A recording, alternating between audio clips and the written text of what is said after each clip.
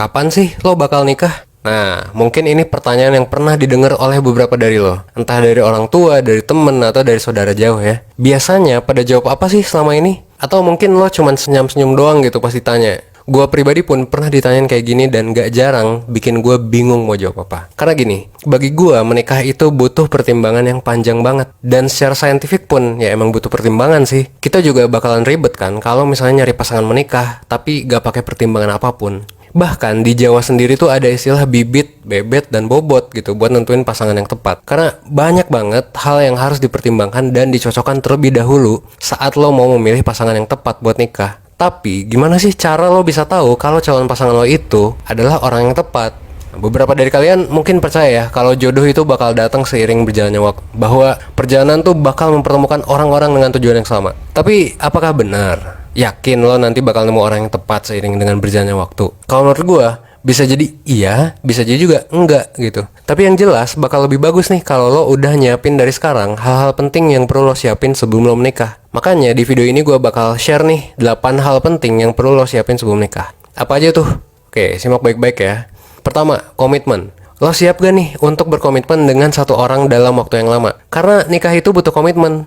Lo itu kalau udah nikah ya, di-expect untuk bertahan lama dengan pasangan lo. Ya kalau cuman beberapa bulan sih ya ngapain juga nikah kan gitu.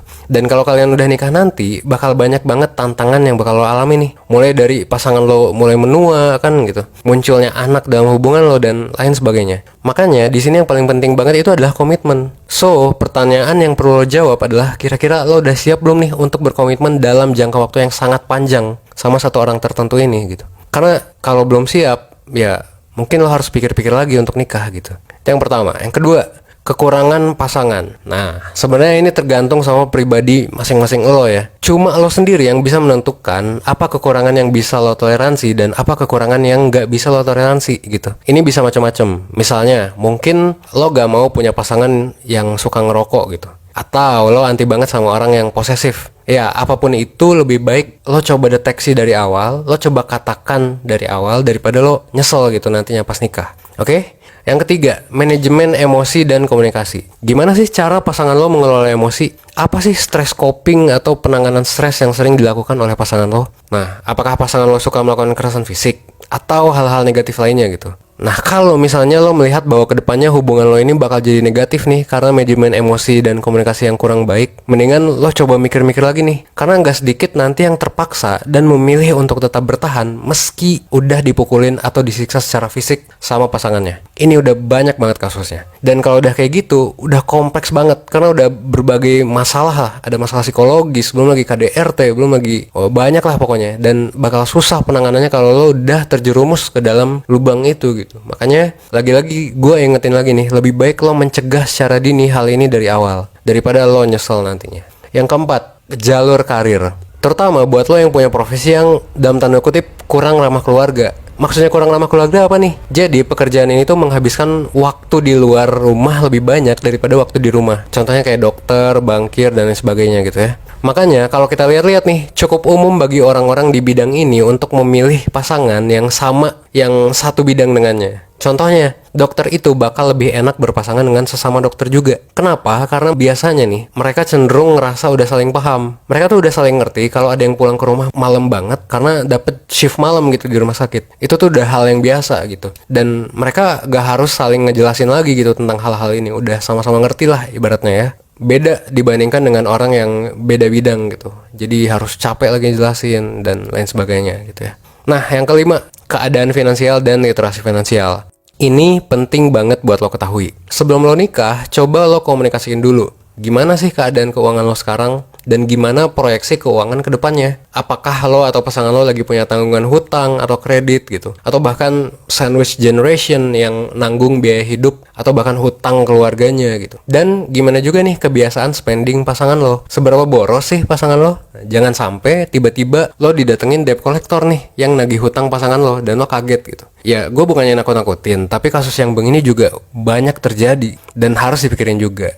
Yang keenam, tempat tinggal. Lo harus udah siap nih. Terkait tempat tinggal bukan berarti lo harus punya rumah sendiri, tapi harus tahu nih nanti bakal ngapain. Misalnya, kalau lo punya rumah sendiri, lo harus gimana? Kalau misalnya lo nginep di rumah mertua, lo harus gimana dan sebagainya gitu. Itu harus dipikirin. Dan kalau nih misalnya ya, lo tinggal di rumah mertua, lo tuh perlu siap-siap menangani hal-hal yang sekiranya nih bakal berpengaruh ke rumah tangga lo. Meskipun terkesan remeh gitu sekarang ya. Karena kalau misalnya lo tinggal sama mertua, rumah ini tuh bukan punya lo gitu yang lo tinggalin tuh, tapi punya mertua, punya orang lain di luar dari hubungan pernikahan lo gitu. Makanya lo harus banyak siap-siap dan mungkin nantinya harus banyak beradaptasi juga. Mungkin yang sekarang lo awalnya nggak nyuci piring misalnya, tapi kalau lo tinggal di rumah mertua, mungkin lo harus nyuci piring dan lain sebagainya gitu ya.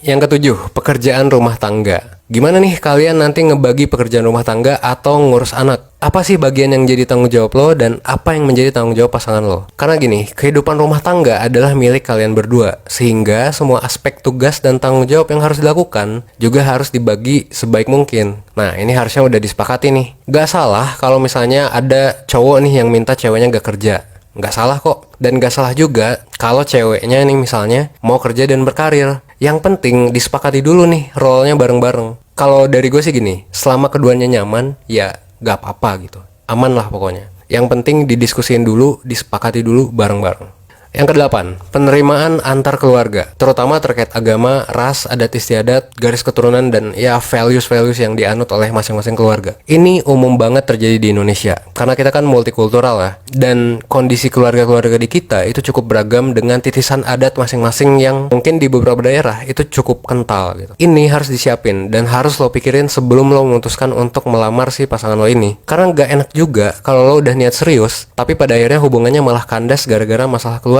gitu dan adat istiadat. Nah, gitu aja, itu 8 hal yang krusial banget buat lo bahas dengan pasangan lo sebelum nikah. Dan 8 hal ini meskipun terkesannya banyak banget tadi, ini kebanyakan baru ngomongin kecocokan antar pasangan. Kita juga belum bahas nih satu komponen lain yang cukup krusial juga dalam sebuah pernikahan. Apa tuh? Tentang chance untuk melanjutkan keturunan. Kenapa gue bilang chance atau peluang? Karena nggak semua pasangan punya kesempatan buat ngelanjutin keturunan. Dan ketika kita berbicara mengenai keturunan atau anak gitu ya, kita gak cuman berbicara mengenai kelangsungan garis keturunan dua keluarga saja, tapi kita juga berbicara tentang kelangsungan hidup negara ini gitu. Soalnya ini bayi pas baru lahir nih, nantinya bakal jadi manusia kayak apa sih gitu? Bakal jadi generasi penerus yang bagaimana gitu? Atau jangan-jangan cuma jadi nambah daftar beban negara doang gitu? Ya jangan sampai lah kalau kayak gitu. Makanya sebelum nikah kita semua harus mikir dulu, sesiap apa nih ketika kita menjadi orang tua nanti? Seberapa yakin nih lo bisa mendidik anak-anak lo menjadi manusia yang positif? Atau minimal jadi manusia yang gak ngerugiin orang lain.